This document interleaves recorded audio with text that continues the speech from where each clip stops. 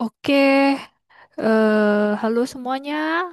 Kita bertemu bertemu lagi di mata kuliah gambar kerja interior dalam materi konstruksi dinding. Di video sebelumnya kita sudah membahas tentang di video sebelumnya kita membahas tentang lantai ya. Kali ini kita membahas tentang konstruksi dinding. Jadi, pada pembahasan kali ini konstruksi dinding itu ternyata sangat berhubungan. Sempat kita singgung di materi lantai, bagian plin ya terutama itu kita akan bersinggungan dengan dinding. Maka dari itu kita akan membahas lebih lanjut tentang konstruksi dinding. Secara definisi ya, kita tahu bahwa dinding merupakan elemen arsitektur penting dari setiap bangunan. Oke. Dinding secara tradisional dia berfungsi sebagai penopang struktural untuk langit-langit dan atap di atas permukaan tanah. Jadi dia penopang lantai, ya lantai, kemudian lantai untuk kayak di lantai dua gitu ya. Kemudian ada langit-langit dan juga atap di permukaan di atas permukaan tanah. Kemudian dinding adalah konstruksi vertikal bangunan yang melingkupi, memisahkan, juga melindungi ruang interior yang diciptakannya. Itu secara definisi. Fungsinya sendiri kita tahu ada bahwa dinding ini membagi ruang interior bangunan. Kemudian dia juga memberikan privasi bagi antar ruang. Kemudian dia juga mengendalikan aliran suara panas dan cahaya dari satu ruang ke ruang lainnya. Itu ya. Jadi dinding ini adalah mengendalikan aliran suara panas dan cahaya dari satu ruang ke ruang lainnya gitu. Dia memberikan privasi antar ruang ya, dinding ini. Itu. Dinding dapat menjadi struktur pemikul beban atau tidak. Untuk memikul beban dari lantai atau atap di atasnya, dinding dapat tersusun dari konstruksi homogeni atau komposit, dapat juga berupa kerangka disertai komponen non pemikul beban di antaranya. Itu adalah fungsi dinding. Nah, secara konstruksi, dinding itu terbagi menjadi dinding struktural dan dinding non-struktural. Yang struktural biasanya dia materialnya adalah beton, bata, batu alam, dan lain-lain. Kalau yang non-struktural, biasanya dia sebagai insulasi atau peredam suara, peredam termal, dan lain sebagainya, atau juga sebagai pembatas atau partisi. Sementara untuk sebagai pembatas atau partisi, sebenarnya ada dua sifatnya, ada permanen dan ada semi permanen. Kalau permanen udah pasti kayak bata merah, batako, kayu, bata beton ringan, panel beton ringan, kaca, dan lain sebagainya. Ada juga semi permanen, yaitu eh, papan kayu, multiplek, gipsum, semen fiber, PVC, kaca, dan lain-lain. Itu sifatnya. Itu. Yang pertama mesti kita tahu adalah dinding pemikul. Dinding pemikul ini tadi merupakan dinding bata dan beton yang dikualifikasikan sebagai konstruksi tidak mudah terbakar dan bergantung pada masanya untuk kemampuan memikul beban. Itu dinding pemikul. Dia sifatnya untuk memikul beban baik di lantai ya. Kalau di sini di lantai. Kemudian untuk lantai satu, lantai dua, atau ceiling dan atap. Kuat, dia kuat menahan tekanan, namun membutuhkan perkuatan untuk menahan gaya tarik. Sudah pasti ada gaya tarik ya di sini. Kemudian rasio tinggi lebar, kestabilan secara lateral, dan penempatan sambungan yang tepat menjadi faktor kritis. Jadi harus tepat pemasangannya gitu. Permukaan dinding bata juga dapat diekspos gitu. Nah, ini ada beberapa contoh, ada dinding bata, dinding batu, atau konkrit atau beton gitu. Nah, ini tadi kalau kita bilang tekanan ya, tekanan pada dinding. Dinding itu menekan. eh, Nah, pada struktur bangunan, tekanan dinding ini di sini, di sebelah kiri kanan. Dia tekanannya ke bawah. Dia ada struktur di bawahnya sini, ini dia menerima tekanan untuk struktur yang paling luar. Nah, kalau di lantai dua, dia strukturnya ya dinding ini yang paling luar ini tadi menekan karena dia jadi satu dengan lantai yang di bawahnya. Dia akan menekan ke bawah. Jadi dinding sifatnya dia tekanannya saling tarik menarik. Sementara ini juga struktur yang di tengah ini juga apa namanya, dia terdapat tekanan. Sementara pada dinding yang ada di tengah-tengah ruangan, dia tidak punya tekanan. Gitu. Nah, ini tadi yang kita anggap kolom praktis ya di sini. Kolom praktis. Kalau yang ini adalah kolom utama. Maka dari itu, pada dinding kolom utama ini tadi tidak boleh berpindah. Ketika berpindah atau bergeser atau tidak tepat penggambarannya, dia sudah pasti akan mengganggu struktur bangunan yang lainnya. Gitu. Berikutnya, dinding pemikul dari bata merah, dinding pemikul dari batu bata itu biasanya disusun secara melintang, ya, melintang seperti ini disebut satu batu, atau di dalamnya ada ikatan untuk pengaku dapat ikatan untuk ini dapat ditambahkan dengan tulangan baja ya. Mengikat ini dapat ditambahkan tulangan baja di sini ya. Ini dinding satu bata tampilannya seperti ini. Kemudian ada dinding pemikul dari beton. Nah, dinding pemikul dari beton kalau dari beton sekarang kan sudah banyak ya beton praktis yang dipasang di bangunan-bangunan, terutama bangunan bertingkat. Ini mempermudah proses pembangunan yang awalnya dibuat manual, sekarang karena udah ada beton praktis seperti ini, jadi tinggal pasang plak plak plak plak gitu. Nah, tekanannya dia karena dia saling menyambung itu tekanannya jadi satu di sini. Nah ini concrete walls maybe instance. Nah, ini dia untuk penopang menggunakan baja ya. Dia untuk menopang ada tekanan dari dinding dan juga dari lantai itu. Kemudian ada dinding non struktural. Kalau tadi yang struktural tadi ada biasanya dari bata dan juga beton ya. Kalau yang non struktural ini dinding tanpa bantalan beban dan partisi digunakan untuk membagi ruang interior yang luas.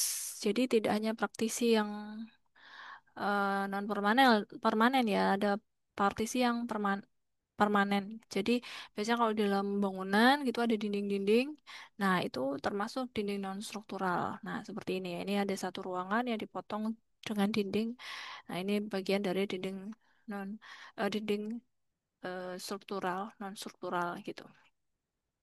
Kemudian ada rangka struktural dari kolom dan balok dibutuhkan untuk menahan beban lantai atau atap di atasnya dan dapat membentuk kisi-kisi antar ruangan. Kisi-kisi ruangan atau partisi ini dapat digunakan untuk menentukan ruang sesuai kebutuhan atau apa namanya menggunakan dinding non struktural ya yang sifatnya tidak permanen seperti ini ya. Dia misalnya kayak layout seperti ini ada di galeri, museum kayak gitu. Biasanya dipakai untuk kisi-kisi antar ruangan, gitu ya. Nah, kemudian ada kerangka beton. Nah, ini tampilannya seperti ini kalau di proses di lapangan ini miniaturnya ya. Ini ada kerangka beton.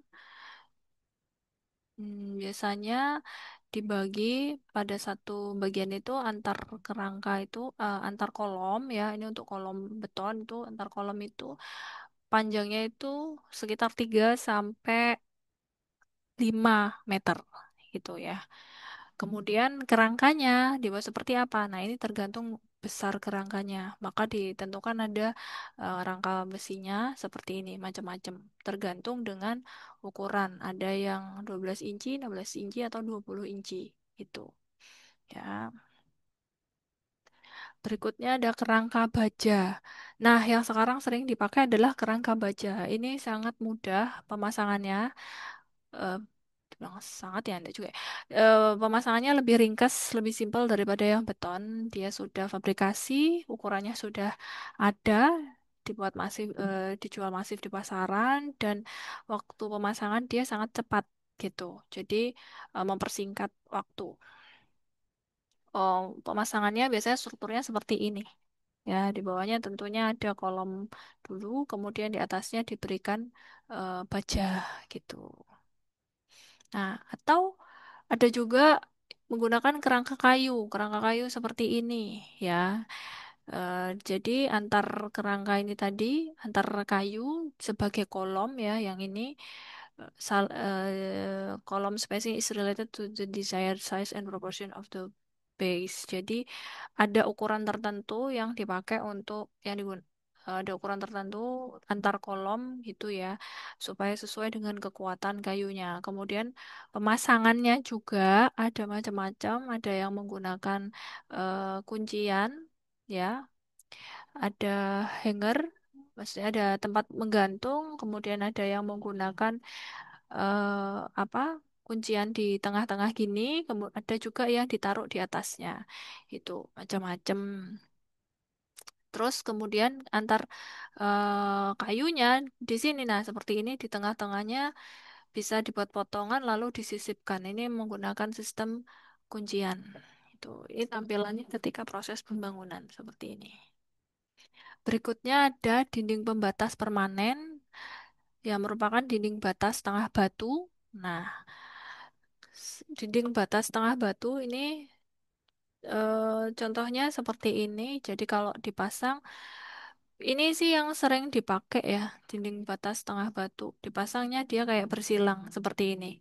Ya, dibuat bersilang seperti ini atau ini kebetulan ini siku atau di tengah-tengahnya, maka di tengah-tengah kolom ini, nah ini ada dinding batas tengah batu. Mantap. Ini kolom, kemudian disebarkan kanan kiri dan seterusnya. Ini tampilannya kalau dibuat aksonometri seperti ini. Ya, mungkin teman-teman sering lihat waktu proses pembangunan ada pembangunan dinding bata, ya biasanya dibuat seperti ini. Nah, antar kolom ini biasanya jaraknya minimal biasanya jaraknya 3 sampai 6 meter, tapi tidak menutup kemungkinan ada yang hanya 2 meter gitu atau lebih dari 5. Tapi lebih dari 5 kayaknya jarang ya, karena akan mengganggu struktur yang lainnya. Ini adalah proses pemasangan dinding bata setengah batu. Yang pertama tentunya batanya dicelupkan dulu. Ya, direndam dulu selama 10 menit sebelum dipasang dan harus langsung dipasang ya setelah direndam dulu, kemudian dicampur buat sambil menunggu ini buat campuran aduan, kemudian dari sini nanti dipasang di atas balok sloof, sloof dan ini balok pondasi, kemudian ditaruh di kolom juga kayak gini, dipasangnya satu per satu karena setengah bata ya. Nah, karena ini nih yang maksudnya setengah bata. Dipasangnya bersilangan seperti ini. Jadi nggak jejar-jejar langsung. Kalau jejar-jejar langsung gini, nah, kekuatannya beda dengan yang setengah, yang silang-silang seperti ini. Ya, oke. Itu ini pemasangannya dan biasanya pemasangan untuk acuan bata dinding ini ada acuannya dulu sebelum dipasang itu ada acuannya. Kemudian periksa pasangan bata dengan teodolit atau anting-anting. Nah, supaya dia kelihatan tegak lurus, maka diukur dengan teodolit atau menggunakan anting-anting biasanya yang digantung.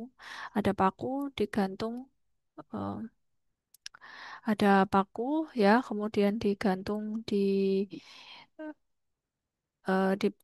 paku gitu, terus ada tali digantung di bawahnya itu kelihatan dia udah lurus apa belum gitu. Biasanya menggunakan acuannya itu supaya dia tegak lurus. Dia jadi menggunakan cara tradisional gaya gravitasi gitu.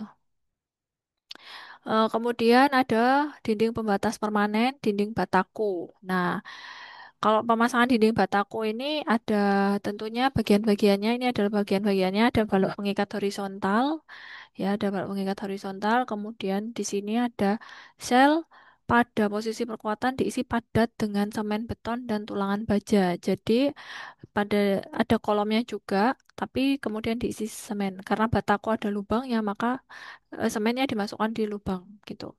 Kemudian penguatan sambungan horizontal dengan tulangan baja ya. Ini bagian sini harus dikuatkan dengan tulangan baja. Nah, bagian tepinya diselesaikan dengan plester. Ini bagian yang ini diselesaikan dengan plester. Tuh. Pemasangannya ini menggunakan ini batako. Nah, yang ini dengan dinding pembatas permanen, dinding bata ringan, jenis bata ringan.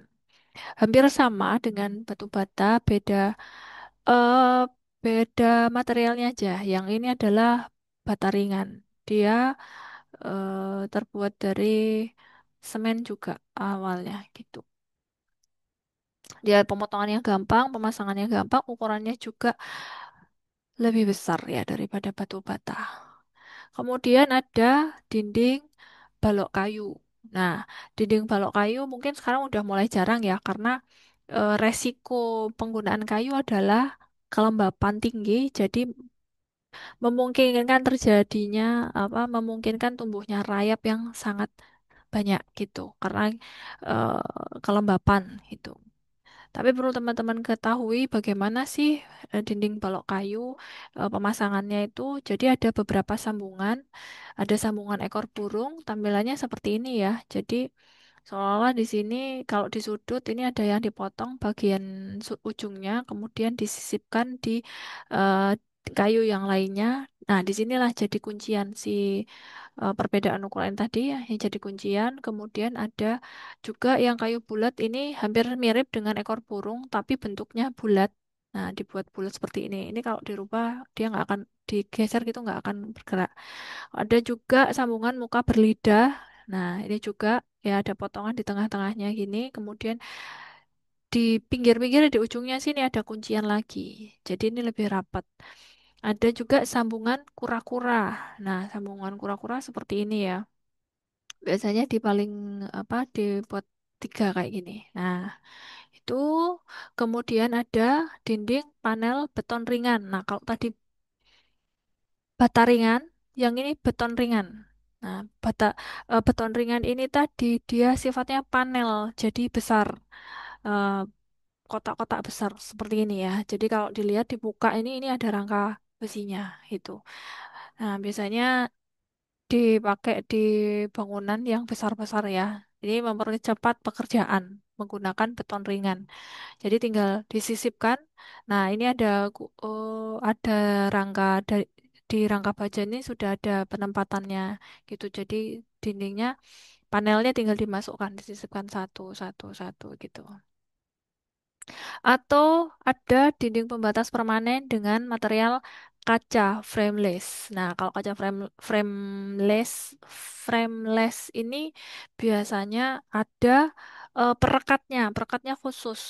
Nah, pemasangannya dia dipasang dengan ukuran standar ya 1,22 kali 2,44. Tapi kalau butuh yang lebih besar itu ada custom khusus gitu. Yang umum digunakan adalah itu ukuran standar ya.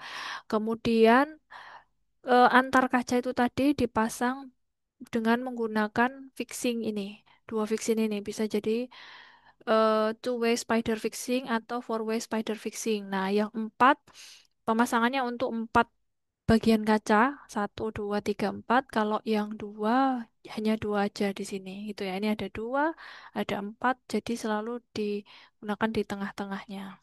Kemudian waktu dipasang di paling tepinya dia menggunakan sealant. Nah, ada karetnya di sini, ya, menggunakan sealant.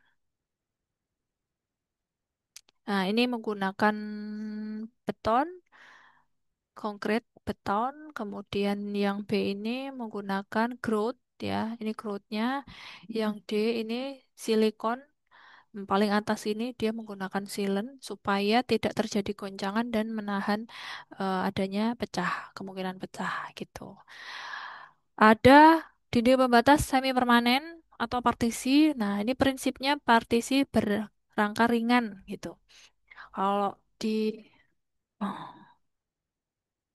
di sini dindingnya karena sifatnya untuk partisi ya, Dindingnya menggunakan baja, baja ringan, kemudian pemasangannya tinggal dibaut atau ditempelkan di sini. Ada teknik pemasangannya ya. Teknik pemasangannya macam-macam sebenarnya. Tapi biasanya untuk mempermudah apa namanya untuk yang paling umum digunakan itu supaya mengunci pemasangannya itu kan kalau di sini mana sih? Nah, di sini digambarkan pemasangannya seperti ini ya. Kan umumnya adalah 1,2 kali 2,4, kemudian yang atasnya dipotong. Atau bisa jadi pemasangannya, kalau ini rangka, ya rangkanya seperti ini. Nah, ini bisa jadi dipasangnya adalah seperti ini. Nah, ini 1,2, ini 2,4. Nah, dipasang silang-silang ini. Jadi yang ini kecil, yang ini sisanya. Nah, ini untuk apa ya, memperkuat pemasangan si dinding itu tadi gitu, memperkuat dindingnya.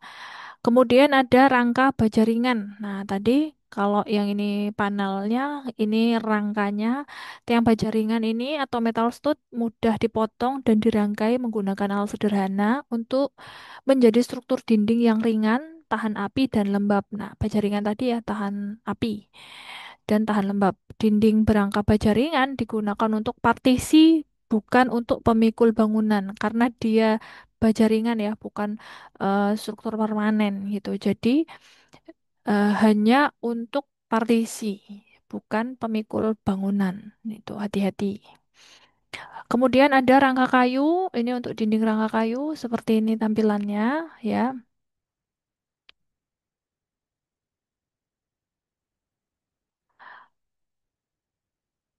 Nah, pemasangannya di rangka kayu ini tadi dipotong, kemudian disisipkan di sini.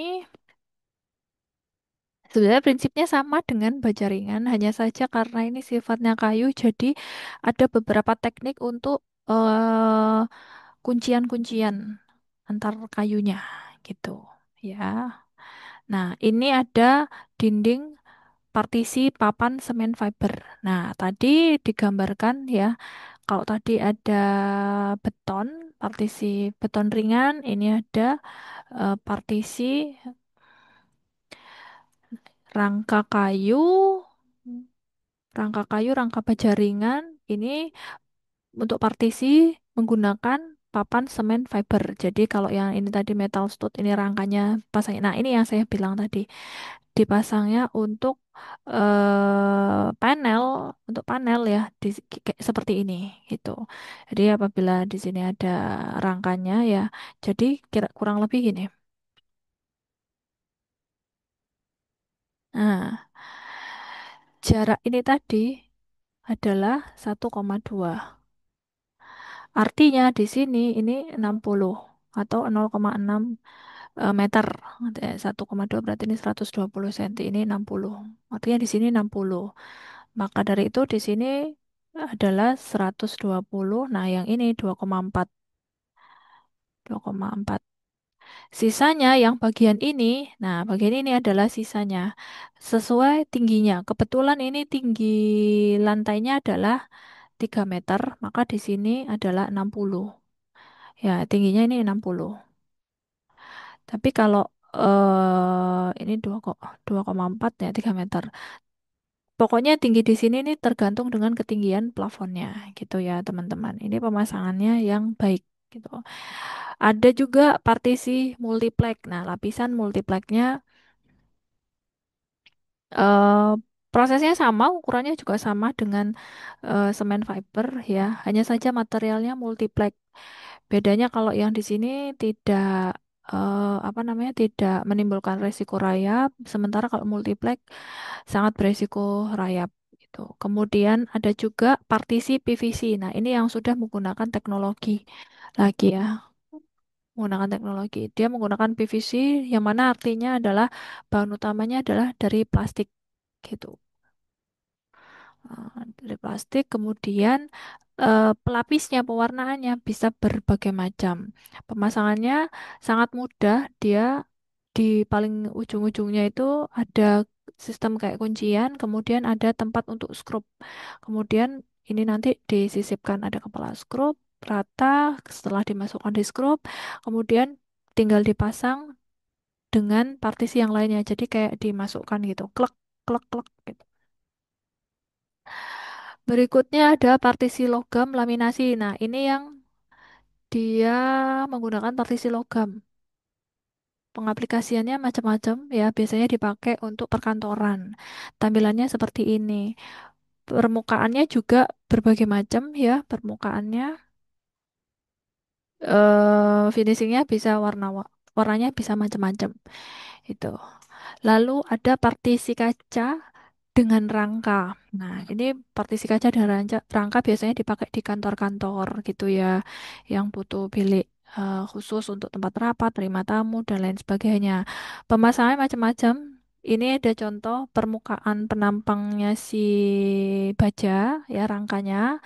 Kemudian aluminium biasanya, aluminium atau alumini, kemudian alumini, PVC juga ada. Kemudian ini sistem pemasangannya. Ada yang hanya satu, ada yang dua, tapi di sini dekat jaraknya, ada yang dua jaraknya jauh seperti ini. Nah, ini apa kelebihannya adalah peredaman suara sih itu. Atau ada juga partisi freestanding. Kalau freestanding ini biasanya eh, berdirinya tidak perlu sampai langit-langit ya, tidak sampai ceiling. Jadi dia hanya sebagai pembatas saja, pembatas area gitu, dan tidak terhubung dengan dinding sekitar. Nah, kestabilannya lateral diperoleh dari memanfaatkan konfigurasi L atau U atau lipatan. Itu eh, secara vertikal dia berorientasi lebih ke untuk elemen furniture. Nah, dan bisa difungsikan juga tidak hanya sebagai dinding yang berdiri sendiri, tapi bisa dijadikan sebagai tempat penyimpanan itu untuk partisi freestanding.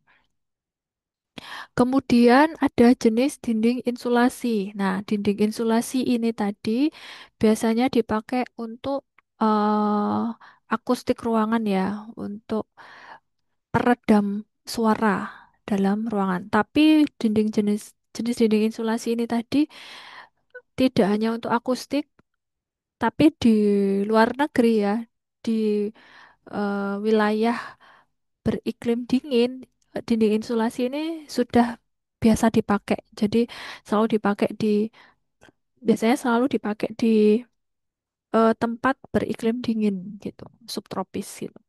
Kemudian ada busa kedap suara. Jadi lapisannya, kalau yang ini tadi strukturnya, di dalamnya ada insulatornya, kemudian di luarnya ada busa kedap suara. Jadi dinding yang permukaannya berongga itu pasti dia juga berfungsi sebagai peredam suara akustik ruang gitu. Kemudian pelapis dinding insulasi ada, kemudian ada juga pelapis dinding. Pelapis dinding yang umum kita temui adalah cat. Nah, yang standar ya konvensional adalah cat setelah dipasang batu bata di atas pondasi ya, di atas roof. Kemudian ada batu bata, kemudian lapisannya diplester.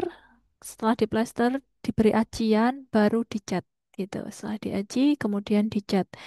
Itu yang biasa diaplikasikan di wilayah Indonesia ya. Tapi di tempat lain macam-macam sih.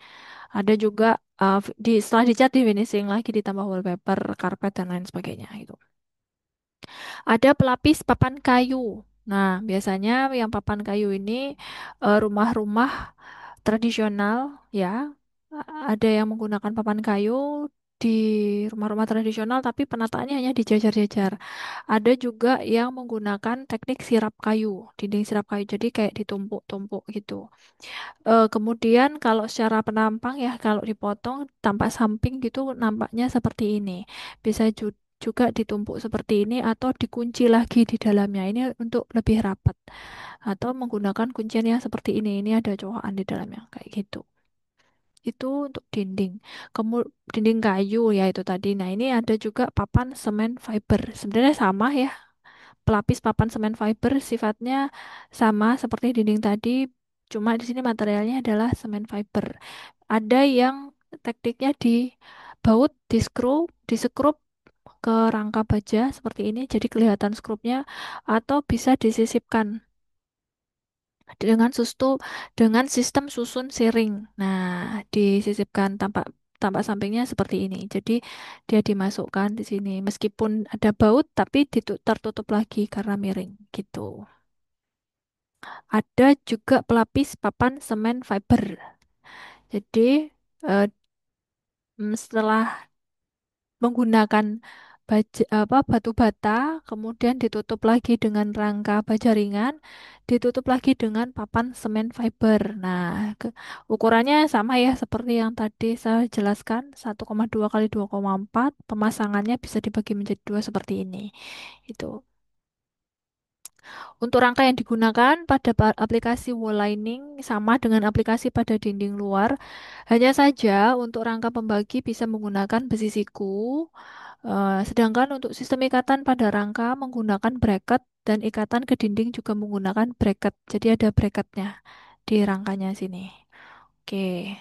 Ada kemudian ada pelapis wallpaper dan karpet. Ada pelapis wallpaper dan karpet. Yang dibutuhkan kalau untuk pelapis karpet, wallpaper, yang dibutuhkan adalah toolsnya ya, yang pasti. Siapkan berbagai macam peralatan untuk ada ember untuk lemnya, kemudian ada gunting, kuas, ada cutter, pemotong, eh, dan lain sebagainya. Kemudian lemnya dicampur dengan air, wallpapernya dibuka untuk menentukan si apa motifnya. Lalu setelah dapat motifnya, si wallpaper tadi diberi lem, kemudian dindingnya juga dilem, lalu dipasang. Dipasang menggunakan alat ini juga, itu ya. Dipasang satu-satu, dipasang. Nah, pada berekatan antar ininya, pada berekatan antar wallpaper ini tadi biasanya ada overlap sekitar 2 atau 3 senti dan kemudian dipotong di antaranya gitu. Tujuan ini untuk menentukan si apa namanya motifnya. Seperti ini kurang lebih. Nah, ini kalau dipotong seperti ini. Ini contoh tampilannya untuk wallpaper, kemudian yang karpet seperti ini. Contohnya gitu ya. Lalu ada pelapis cermin, pelapis dinding cermin. Nah, eh, kalau cermin ini udah perlakuannya udah sangat berbeda ya, teman-teman, karena dia menggunakan mesin juga. Nah, dia memberikan kelebihannya pada pelapis cermin ini adalah memberikan efek ruangan lebih tampak lebih luas. Jadi kalau ruangannya kecil, misalnya menggunakan cermin yang cukup besar, gitu, dia memberikan efek ruangan tampak lebih luas. Gitu. Warnanya sekarang cermin macam-macam, tidak aja bukan warna-warni konvensional, ada bronze mirror, ada black mirror, kemudian ada apa namanya, bahkan ada white mirror dan lain sebagainya. Gitu. Kemudian kita masuk ke gambar kerja. Gimana sih cara gambar kerja pada dinding interior gitu. Yang pertama, lagi-lagi kita pasti mulai dari denah dulu ya. Dari denah dulu. Kemudian kita tentukan potongannya tampak. Ini ada contoh retail. Ini ada contoh retail ya. Di sini setelah ada eh, denahnya, diambillah sisi bagian mana yang mau menonjolkan si tampak dindingnya. Setelah dipotong di sini, berikutnya adalah diperjelas. Jadi ini adalah tampilannya tadi setelah dipotong ya. Nah, ini tadi ada gudang, kantor Wednesday. Nah, ini ya, gudang, kantor. Nah, kemudian ada bengkelnya, area bengkel. Kemudian ada tulisannya. Ini adalah rendernya, 3D rendernya. Nah, sini dijelaskan rencana dinding. Dinding existing finish beton expose. Dinding existing ya, dinding aslinya menggunakan finishing beton expose. Yang ini plat, menggunakan plat. Kemudian yang ini menggunakan HPL warna jingga. Nah, seperti ini. Yang ini menggunakan plat, ini HPL warna jingga. Kalau yang ini menggunakan stainless. Nah, seperti ini stainlessnya. Gitu. Ini adalah tampilan render 3D-nya. Contoh lain lagi, penggambarannya untuk rencana dinding, teman-teman pada struktur dinding itu bisa berbeda-beda ya strukturnya. Ada yang menggunakan beton, tadi udah dijelaskan. Nah, pada gambarnya teman-teman bisa membagi itu tadi menggunakan kode penggambaran. Jadi ada contoh ini, misalnya pada contoh ini, nah bisa kita lihat ukurannya beda ya. Yang X3 ini adalah kode untuk dinding yang sebelah sini, ini kodenya X3, yang ini X7.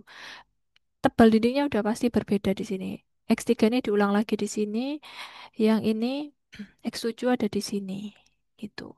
Kemudian ada P1, mungkin ini artinya partisi ya. Yang ini juga partisi, berarti dindingnya ada di sebelah sini dan seterusnya. Itu bisa menggunakan kode-kode. Kalau yang ini ditunjukkan dengan jelas ya, menggunakan apa aja. Nah, ini ada munculkan finishing beton expose. Kemudian yang ini setelah tampak rencana dindingnya, tampak perencanaan dindingnya ini muncul secara rinci. Ada contoh lagi ya, denah dan potongan. Nah, ini bagian potongannya, bagian yang dipotong ini. Kemudian setelah dibuat rencana dindingnya, nah ini tampilannya seperti ini. Jadi ada apa ini? Macam-macam ya di sini muncul di sini di beton. Nah, ini lurus. Jadi penggambarannya harus tepat lurus di sini. Jangan ada yang berbeda supaya ini kelihatan. Oh, yang ini bagian sini dindingnya menggunakan jenis apa dan seterusnya. Ini misalnya menggunakan apa cat, yang ini menggunakan laminasi APP. Nah, dan seterusnya. Tuh. Nah, untuk digambar secara apa namanya? Kalau kalau mau digambar dengan render warna juga bisa, teman-teman. Eh, Digambar seperti ini. Nah, kalau digambar dengan render warna harus muncul ya. Nah, misal kayak ini, plannya ini, perencanaannya, kemudian potongannya ya, dicari potongannya yang ini menghadap ke sana ya. Nah, ini adalah perencanaannya, kemudian bagian sini dipotong. Misal dipotong seperti ini, tampilannya akan jadi seperti ini ya. Nah, ini kan muncul di sini. Nah, ini sama. Ini juga sama di sini. Ya, ya kan? Ini ada wastafel, areanya yang ini. Ini juga ada kloset di sini. Kemudian dibuat eh, perspektifnya seperti ini tampilannya. Nah, ini kan hampir ini sama ya, itu. Atau dibuat seperti ini. Ada tampak A, tampak B, ini ada denahnya. Ini muncul tampak tampak A ya, ini tampak A di sini, ini digambarkan di sini. Ini tergambar di sini tampak A, kemudian ini tampak B-nya yang ini. Ya, tampak B yang ini. Ini tampak A-nya. Gitu. Oke, lanjut beberapa finishing dan detail konstruksi dinding interior ya. Tadi sudah dijelaskan beberapa jenis pelapisnya, finishingnya gitu.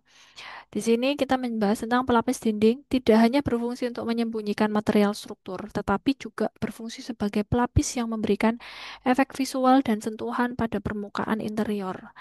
Karena menutupi area yang luas dan bersentuhan langsung dengan pengguna ruangan, eh, maka memiliki peran penting pada kenyamanan. Beberapa pelapis dinding yang sering digunakan adalah batu, keramik, kayu, kain, dan pelapis resilient. Nah, ini beberapa contoh, ini contoh penggambaran pelapis dinding ya. Kalau ini kita dibuka gitu dindingnya. Ini dinding bata. Kalau memang ada pelapis, ada rangka lagi, ini dilepas lagi, munculnya seperti ini. Nah, kemudian ini ada plesternya gitu. Pelapis dinding digunakan untuk meningkatkan kekuatan dinding, penyerapan suara, pantulan pencahayaan, atau juga untuk tampilan. Beberapa pelapis dinding adalah kesatuan dari bagian struktur dinding itu sendiri. Namun, ada juga yang dipisahkan menjadi beberapa lapisan yang terkait dengan bingkai dinding, dan beberapa lainnya menggunakan lapisan atau penutup yang dipasang di semua permukaan dinding. Gitu. Selain faktor estetika seperti warna, tekstur, dan pola, ada pertimbangan fungsional dan ekonomis dalam memilih material dan finishing dinding. Itu. Jadi misalkan kalau di contoh ini ya, ini tadi ada dinding bata, batu, beton, kemudian atau mau ada lapisan resilience di dalamnya seperti wallpaper, karpet ini bisa ditempel langsung atau bisa jadi ada menggunakan wallboard ya. Maka di sini ada rangkanya dulu atau menggunakan woodboard atau panel atau bisa jadi keramik tile atau flexible wall covering seperti wallpaper gitu. Itu beberapa tipe wall finish ada stone finish atau batu, ada keramik, ada kayu, ada tekstil, ada resilient. Yang pertama batu, ini contohnya. Dia karakteristiknya adalah mampu menyerap dan melepaskan panas dengan lambat. Jadi, apabila lingkungan di luarnya itu panas, maka di dalamnya bisa jadi dingin. Tapi karena dengan ketebalan batu ini tadi, dia apa sangat lambat menyebarkan panas ke dalam ruangan. Sehingga material ini terasa dingin ketika disentuh. Gitu. Ini contohnya atau yang sebelah kanan ini menggunakan batu alam gitu. Atau berikutnya ada finishing keramik. Keramik ini merupakan material yang tahan lama dan tahan pakai. Dia bahan bakunya tanah liat yang dibakar pada suhu tinggi. Keramik memiliki berbagai ukuran. Untuk ukuran yang besar memiliki panjang sisi maksimum 60 atau sampai 120 cm ya dan memberikan kesan ruangan tampak lebih luas. Nah, kalau keramik mosaik ini biasanya kecil-kecil ya, seperti ini. Yang standar kan ini 60 sampai 120. Mosaik ini berformat kecil-kecil, yang ini sama ini gitu ya, atau yang bawahnya ini dia direkatkan pada jala. Nah, ini kan kelihatan ada jala di sini. Kemudian di atas lapisan tipis perekat ubin dan dapat menghasilkan pola dekoratif dan efek artistik. Bahkan pada kontur yang lebih sulit atau membulat. Nah, membulat seperti ini dia karena ada apa namanya ada jala atau membran yang seperti ini ya, dia bisa fleksibel bentuknya. Pemasangan bisa fleksibel lain dengan keramik yang konvensional seperti ini. Kemudian ada juga wooden finish. Jadi kayu merupakan bahan bangunan yang bersifat alami dan memiliki pori. Tidak hanya memberikan kesan nyaman dengan permukaan yang hangat, tetapi juga sangat tahan lama. Papan kayu solid atau produk berbahan dasar kayu dapat digunakan sebagai pelapis dinding. Ah, kemudian ada juga cladding. Cladding ini salah satu jenis pelapis dinding dengan berbahan kayu. Dia tidak hanya sebagai estetika, tetapi juga berfungsi sebagai pelapis insulasi dan pelindung tambahan pada interior. Jenis cladding sendiri tidak hanya kayu, tetapi ada juga batu, besi, bata, dan material komposit lainnya. Itu. Kemudian ada tekstil ya. Tekstil ini punya kelebihan. Beberapa di antaranya itu bisa menyerap suara sebagai isolasi thermal dan juga dia mudah dipasang. Pelapis dinding berupa kain atau karpet dapat digunakan sebagai pelapis dinding yang kualitasnya rendah sebagai dekorasi atau sebagai peredam suara. Jadi dia biasanya kalau tekstil itu sifatnya hanya sebagai dekoratif aja gitu. Pelapis kain dapat direkatkan atau direntangkan di atas rangka reng dan dapat dilepas karena pemasangannya mudah tadi ya. Kalau karpet dia bisa dibuat dari serat alami, wol, katun, viskos, sutra, kelapa, goni. Sementara kalau serat sintetis, misalnya poliamida, polyester, polipropilena, dan lain sebagainya, atau kombinasi dari serat-serat ini. Kalau wallpaper, ini salah satu penerapan lapisan dinding interior yang sering digunakan dan berbahan dasar serat sintetis berupa kertas atau vinil dan memiliki variasi motif, warna, dan tekstur. Ini contoh-contohnya ya. Kalau yang ini wallpaper ya, kalau yang ini padded yang menggunakan fabric itu. Jadi dia padded menggunakan fabric. Di dalamnya sini ada kayak busa-busa gitu. Atau resilient finish. Nah, resilient finish mungkin teman-teman belum familiar ya istilah resilient. Tapi kita belajar dulu. Resilient finish ini jenis pelapis yang tahan lama. Dia mudah dibersihkan dan karakternya lebih lembut daripada kayu atau batu. Dilihatnya mungkin kelihatan oh kayu dikasih lapisan gitu ya, tapi enggak. Ini adalah resilient. Bahan dasarnya dapat berupa bahan sintetis, karet, dan bahan baku terbarukan seperti cork dan linoleum. Beberapa pelapis jenis resilient ini yang sering digunakan untuk dinding seperti cork atau gabus ya. Gabus dapat digunakan untuk insulasi thermal dan suara yang baik gitu. Kalau linoleum atau bahan baku terbarukan yang dapat mengisolasi dari benturan suara, dia memiliki efek antibakteri dan tidak mudah terbakar. Biasanya digunakan untuk gedung publik dan pemerintah, rumah sakit, sekolah, dan gedung olahraga. Kemudian ada lapisan kaca dan juga logam. Itu untuk finishing yang resilient. Dan ini linoleum finish. Nah, seperti ini tampilannya ya. Kelihatan kayak karet, fleksibel, kemudian dia mengkilap. Atau cork finish.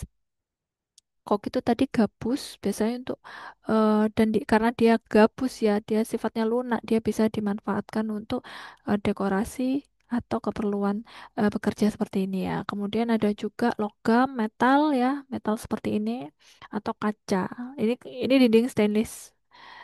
Biasanya dinding stainless ini sering dipakai di area dapur, dapur restoran gitu karena apa perawatannya sangat mudah gitu. Ini ya dinding kaca. Biasanya dipakai di kantor-kantor ya dengan di dalam bilik-bilik karena dia ada teknik pemasangan dengan peredaman suara juga makanya dia sangat baik untuk ditaruh di kantor. Tuh. Detail gambar kerja dinding interior. Nah, beberapa detailnya saya akan tunjukkan beberapa contoh detailnya. Wood wall panel detail. Ada wood wall panel detail karena panel-panel tadi itu ya dipasang di rangka kemudian dipasang antar panel. Space ya ini ada kuncian, ada teknik kunciannya. Contoh kunciannya ada woodboard base detail. Nah, ini penampangnya kalau tampak samping ada plaster detail. Plaster ini tadi dengan frame baja tadi ya, stud frame atau furing. Kemudian di dalamnya ya di atas di depannya dikasih metalet, kemudian diberi lapisan lagi. Ada finishingnya, ada scratch coat, ada metal, ada brown coat, ada finish coat dan lainnya. Kemudian ada gypsum board detail, ya detail menggunakan gypsum board. Ini beberapa join di akhirnya ya ada wood cap, dibuat ujungnya ada trimless cap. Nah, ada lubang di sini, kemudian ada stone cap. Jadi luarnya menggunakan batu, berarti di sini ada rangka lagi gitu. Untuk memperkuat si batunya ada wallboard trim, ada bullnose trim ya, trim yang ini lurus, yang ini dibuat melingkar atau metal trim. Dia menggunakan konfigurasi metal. Tuh, ada keramik wall tile. Nah, ini udah sering ya kita temui. Pemasangannya sangat mudah, hampir mirip seperti lantai, tapi ini di dinding.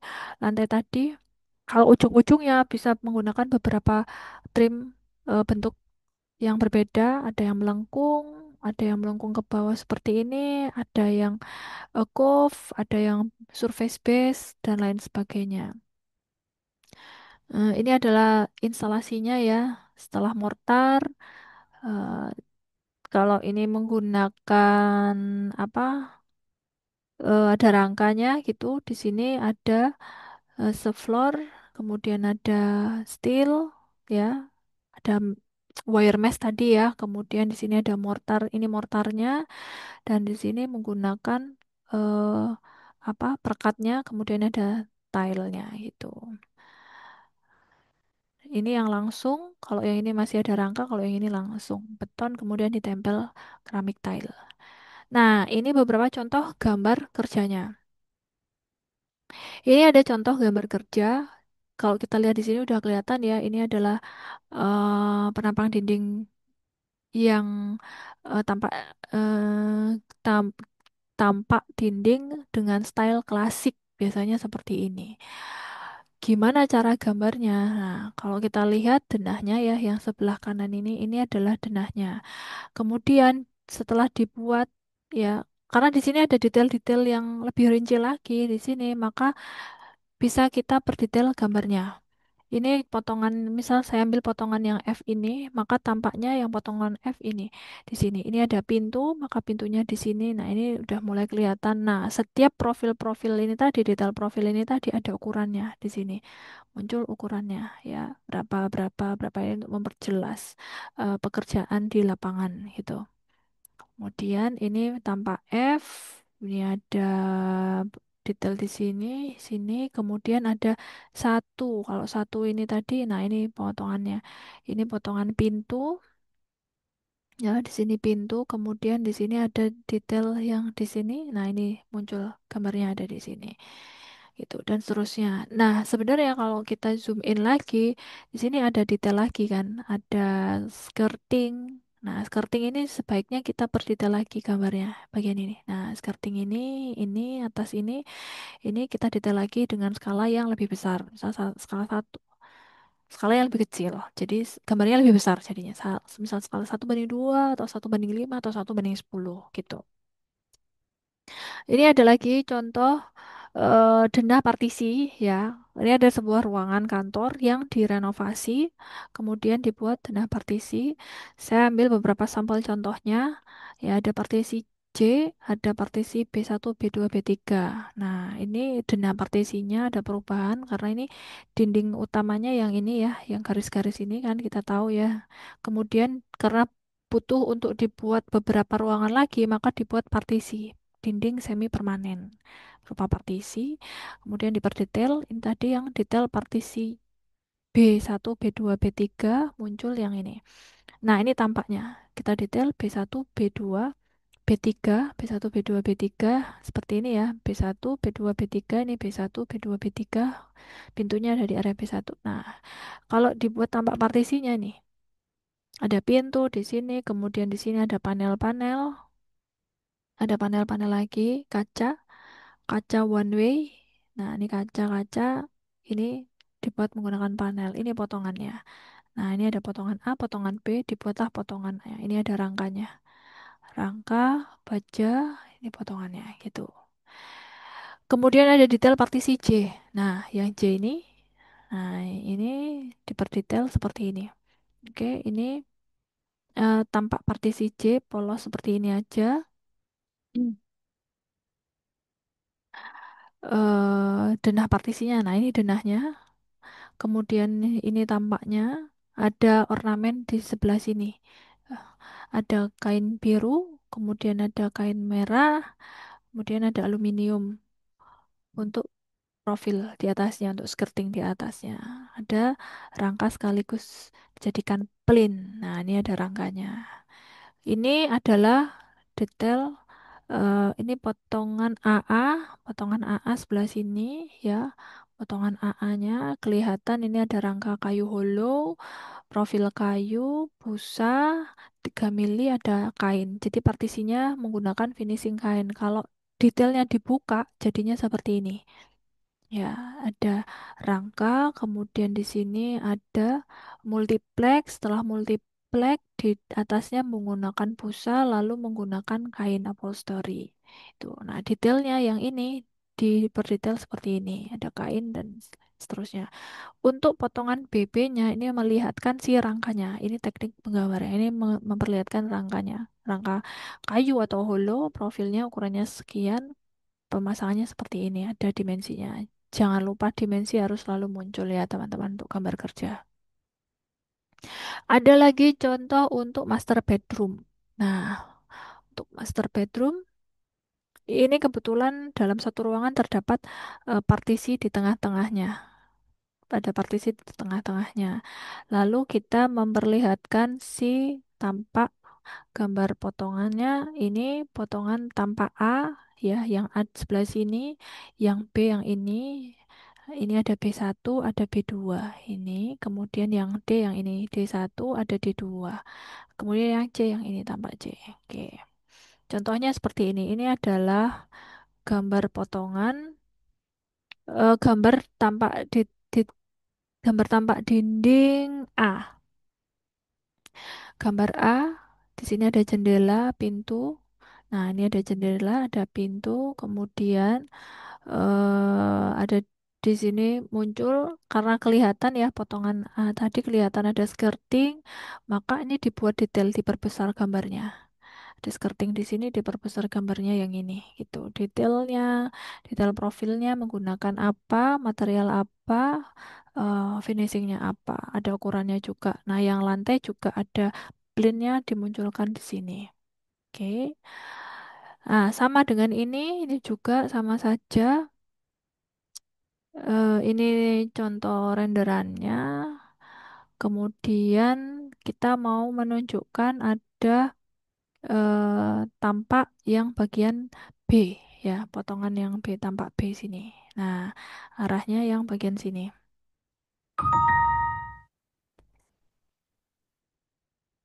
Nah, yang ini.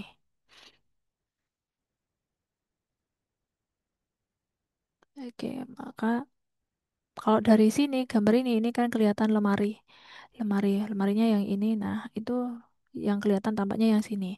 Seperti apa? Nah, ini. Karena saya mau memperlihatkan yang ini, detailnya ini.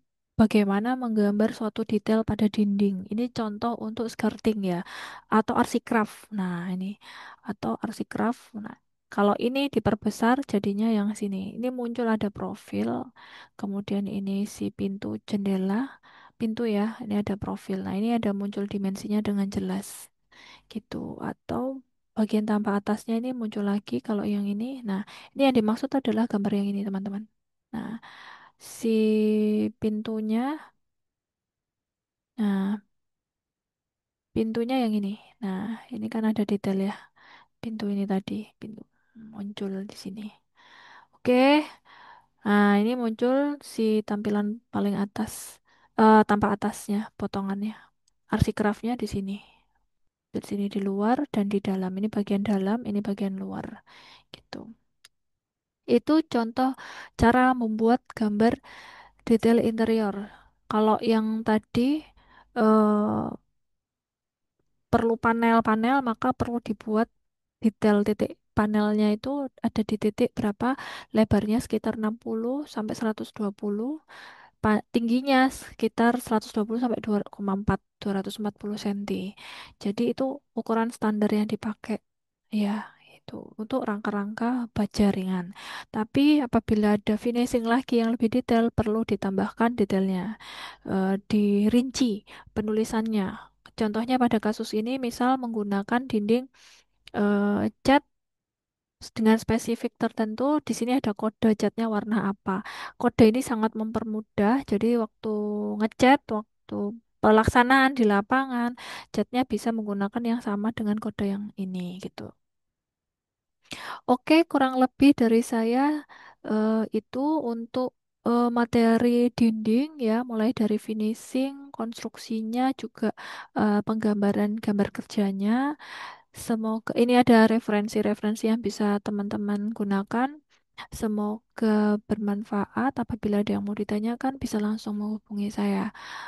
Terima kasih. Saya akhiri. Assalamualaikum warahmatullahi wabarakatuh.